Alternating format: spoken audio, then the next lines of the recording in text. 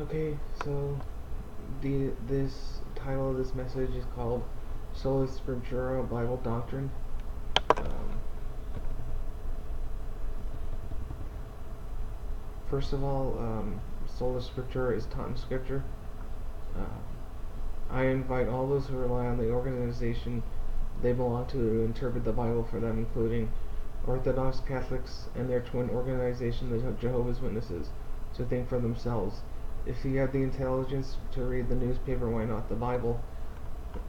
We are in a difficult position with Catholics, Orthodox, and Watchtower believers alike, because when we point out the verses that prove Sola Scriptura is taught in Scripture, they don't believe they can understand the Bible without their church interpreting it for them. And they say Sola Scriptura is not taught in the Bible. What an amazing system of circular deception in the Catholic, Orthodox, and Brooklyn, New York churches have invented, meaning the Watchtower Society. Sola Scriptura means that you use the Bible alone for doctrine. This means Catholics and Orthodox need not appeal to their contradictory oral traditions, and Jehovah's Witnesses need not rely upon the Watchtower magazine to interpret the Bible for them.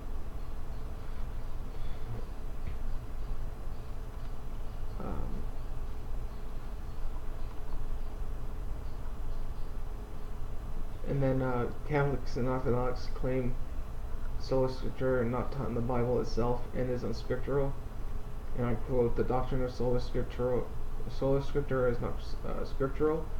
The idea of Sola Scriptura was an invention of the 16th century."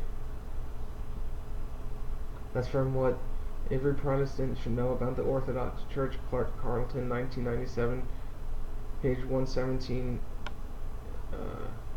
I think it's page 91 as well.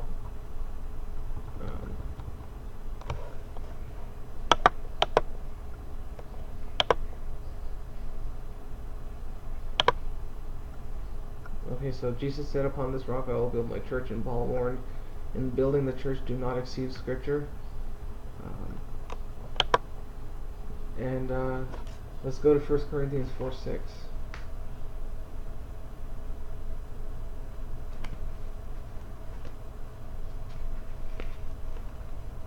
Turn your Bibles, your King James Bible, by the way.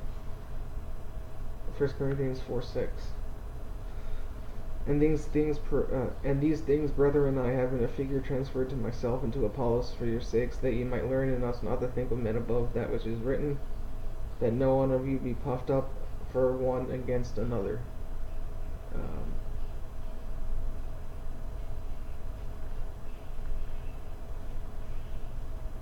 I'll read it again. 1 Corinthians 4:6. And these things, brethren, I have in a figure transferred to myself and to Apollos for your sakes, that ye may learn in us not to think of men above that which is written, that no one of you be puffed up for one against another. 1 Corinthians 4:6 is irrefutable blow to oral traditionalists. Jesus said in Matthew 16:18, "Upon this rock I will build my church." 1 Corinthians 1:10, "Do not say, I am of Peter." As gardeners and builders, each man must be careful how he builds it. 1 Corinthians 3:10. 1 Corinthians 4:6, "I use the gardener and builder figures so that you learn not to exceed what is written." Jesus intended his church to be built on Scripture, not Peter or oral traditions.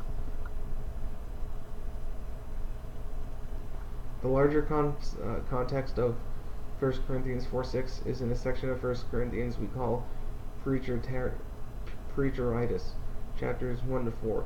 The church is beginning to follow men rather than Scripture.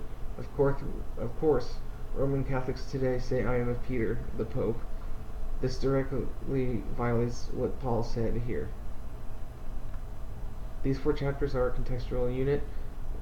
We connect Matthew 16:18 plus 1 Corinthians 1:10 to 13, 1 Corinthians 3:5 to 17, and 1 Corinthians 4:6.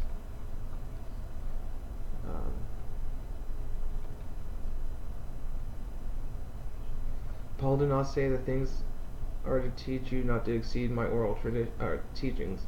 Instead, the emphasis is on showing the supremacy of Scripture over oral tradition.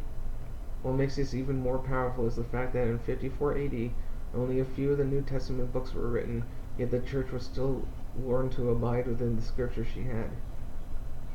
In the time of transition 50 to 96 AD, between 100% oral 30 to 50 AD and 100% written 96 AD to present, we find the highest standard is written.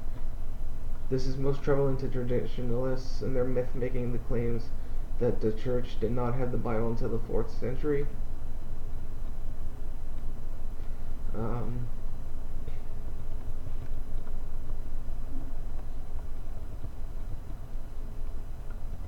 And then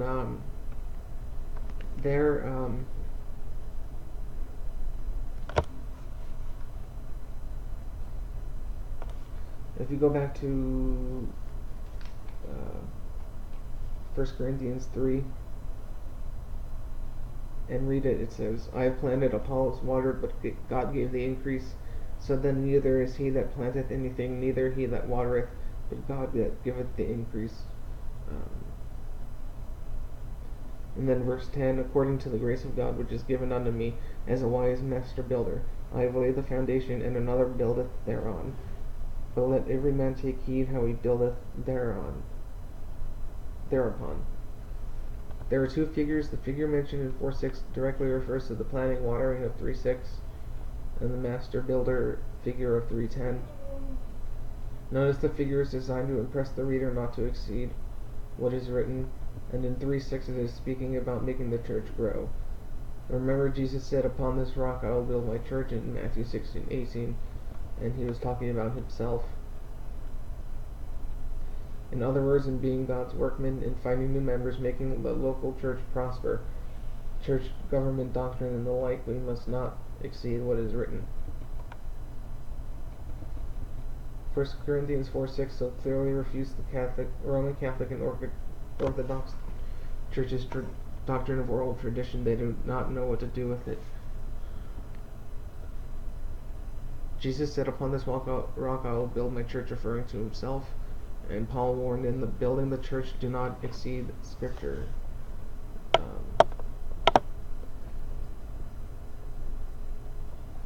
And then Luke 1:1-4. Let's go there.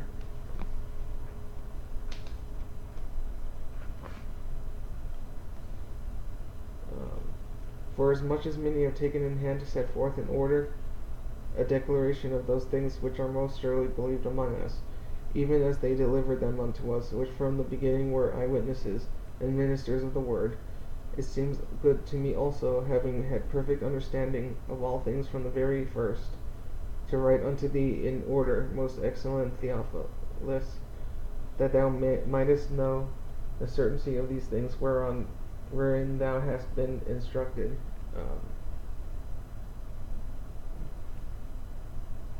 Luke begins by mentioning uninspired gospels by Christians.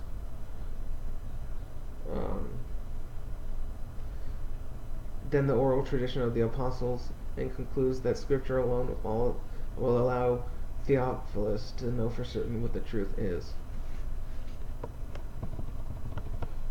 Luke 1:1-4 so clearly shows the superiority of Scripture over oral tradition that Roman Catholic and Orthodox tradition defenders have no idea what to do with it.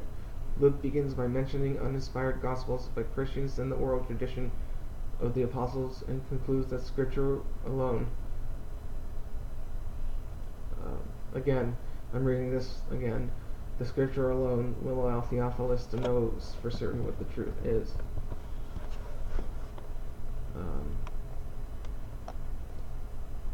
If oral tradition could bring about certainty, then Theophilus would not be puzzled about what exactly the truth was. Obviously, there are many different oral traditions in addition to the words of the apostles.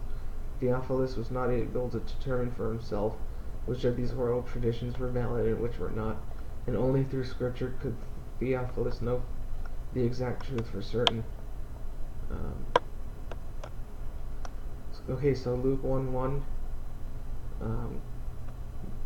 which says, for as much as many have taken in hand to set forth in order a declaration of these things which are most surely believed among us.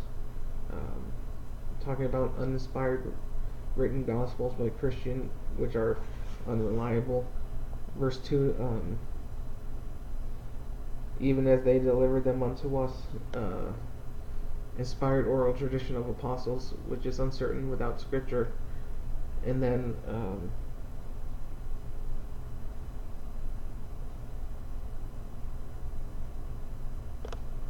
when it says there in verse 3, to write unto thee in order, most excellent Theophilus, talking about the Gospel of Luke, which is scripture, which is reliable and you can trust with certainty. And then 1:4,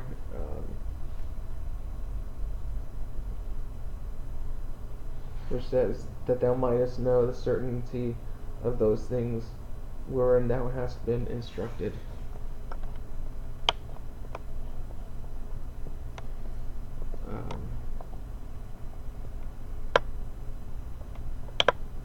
So written scripture is inspired, reliable, and brings certainty.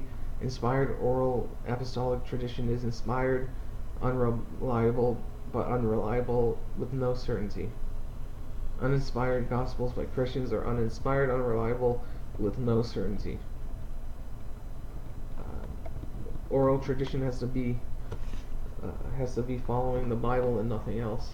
If it supersedes or goes against what the Bible's messages, like doctrine and everything, then it's unreliable and uninspired.